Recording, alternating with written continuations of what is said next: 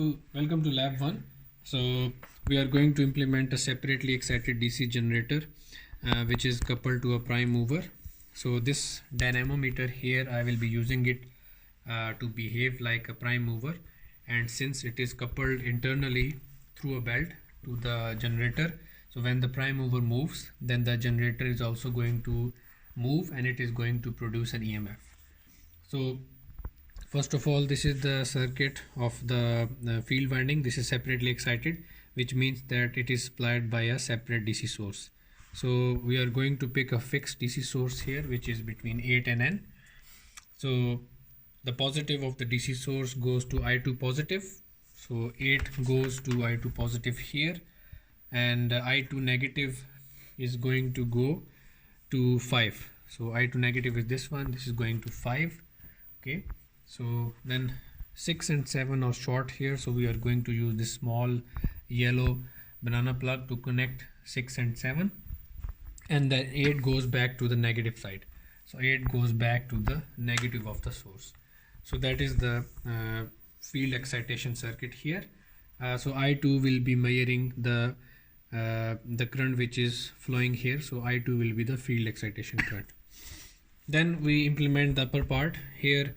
The prime mover, we already know that its dynamometer will be used as a prime mover, and you can see here that between the prime mover and DC generator there is a dotted line.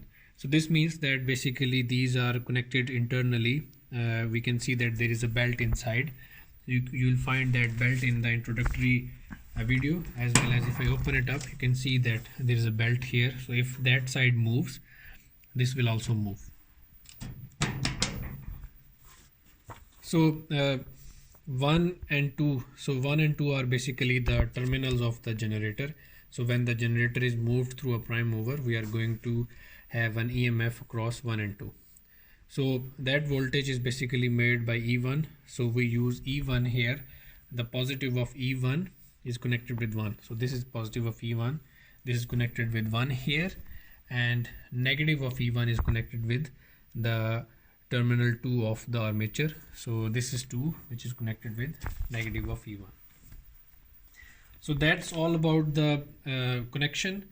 So I hope that everybody is clear with the connection. Also, we want to make sure that the 4-quadrant dynamometer and the data acquisition module, they talk with each other. So we also have these additional small wires.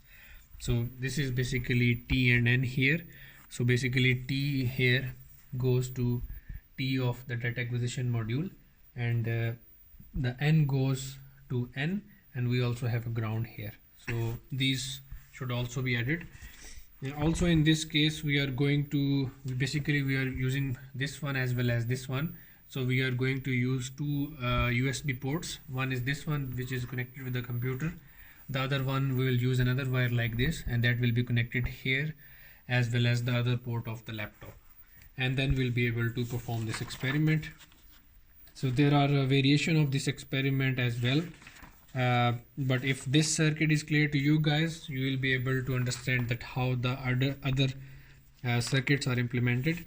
We will be providing you with some additional data sets, and then you will be able to solve this report, fill up this report. Thank you.